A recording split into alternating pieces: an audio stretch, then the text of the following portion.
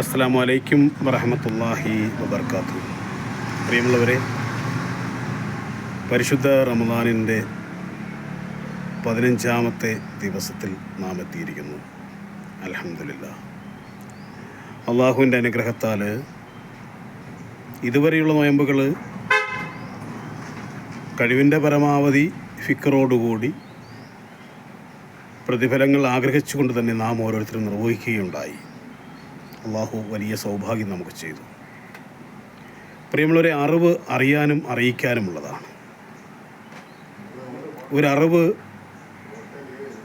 മറ്റുള്ളവരെ അറിയിക്കുമ്പോൾ അവർ ആ അറിവനുസരിച്ച് പ്രവർത്തിക്കുമ്പോൾ അവർ പ്രവർത്തിക്കുന്നതിൻ്റെ നന്മയുടെ ഒരംശം ഈ അറിവ് പകർന്നു കൊടുക്കുന്ന ആൾക്ക് ലഭിക്കുക തന്നെ ചെയ്യും. എന്തുതന്നെയായിരുന്നാലും ഇന്നത്തെ വിഷയം എന്ന് പറയുന്നത് നൊയമ്പിനെ സംബന്ധിച്ച് തന്നെയാണ്.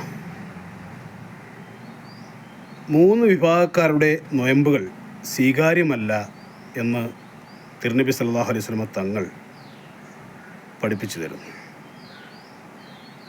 അതിൽ ഒന്നാമത്തെ വിഭാഗം എന്ന് പറയുന്നത് നൊയമ്പുണ്ട് എന്നാൽ നമസ്കാരമില്ല.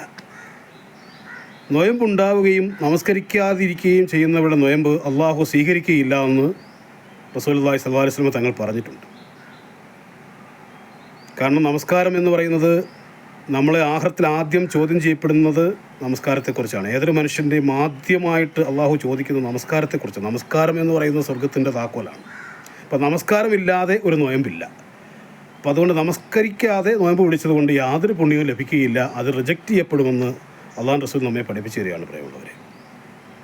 അതുപോലെ തന്നെ റമദാൻ സമയങ്ങളിൽ ഇല്ലാത്ത കാര്യങ്ങൾ, കള്ളത്തരങ്ങൾ പറയുകയും പ്രചരിപ്പിക്കുകയും കാപട്യം പ്രവർത്തിക്കുകയും പരദൂഷണം പറയുകയും ചെയ്യുന്ന ആളുകളുടെ നൊയമ്പും സ്വീകരിക്കപ്പെടുകയില്ല. ഇത് 2ാമത്തെ വിഭാഗക്കാരാണ്. 3ാമത്തെ വിഭാഗം എന്ന് പറയുന്നത് മാതാപിതാക്കളോട് പിണക്കം കാത്തു സൂക്ഷിക്കുന്ന ആളുകൾ. എന്തെങ്കിലും ചെറിയ നീരസത്തിൻ്റെ പേരിൽ നമ്മുടെ മാതാപിതാക്കളോട് മിണ്ടാതിരിക്കുക, അവരെ കാണാതിരിക്കുക, അവർക്ക് വേണ്ടി ഹിദമത്ത് ചെയ്യാതിരിക്കുക, അവരെക്കുറിച്ച് ചിന്തിക്കാതിരിക്കുക, എന്നിട്ട് നമ്മൾ നൊയമ്പ് പിടിക്കുക. അത്തരത്തിലുള്ള നൊയമ്പും അള്ളാഹിൻ്റെ തിരുസന്നിധിയിൽ അത് സ്വീകരിക്കപ്പെടുന്നതല്ല.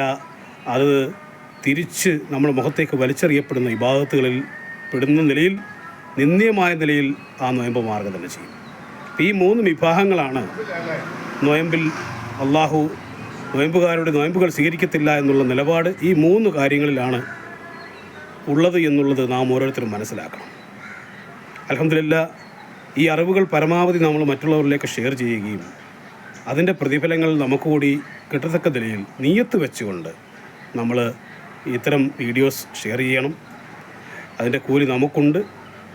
ഒരാൾ മുഖാന്തരം ഒരറിവ് ഒരാൾക്ക് പകർന്നു കൊടുത്താൽ ജീവിതകാലം മുഴുവൻ അവർ അതനുഷ്ഠിച്ചാൽ അതിൻ്റെ പ്രതിഫലത്തിൻ്റെ ഒരംശം നമുക്ക് ലഭിക്കുമെന്നുള്ള നല്ല കരുതലോടുകൂടി തന്നെ, പ്രതീക്ഷയോടുകൂടി തന്നെ ഇത്തരത്തിലുള്ള സൽപ്രവർത്തനങ്ങൾ ചെയ്യാൻ അല്ലാഹു സുബ്ഹാനഹു വ തആല നമുക്കെല്ലാവർക്കും നല്ല തൗഫീക്ക് നൽകുമാറാകട്ടെ.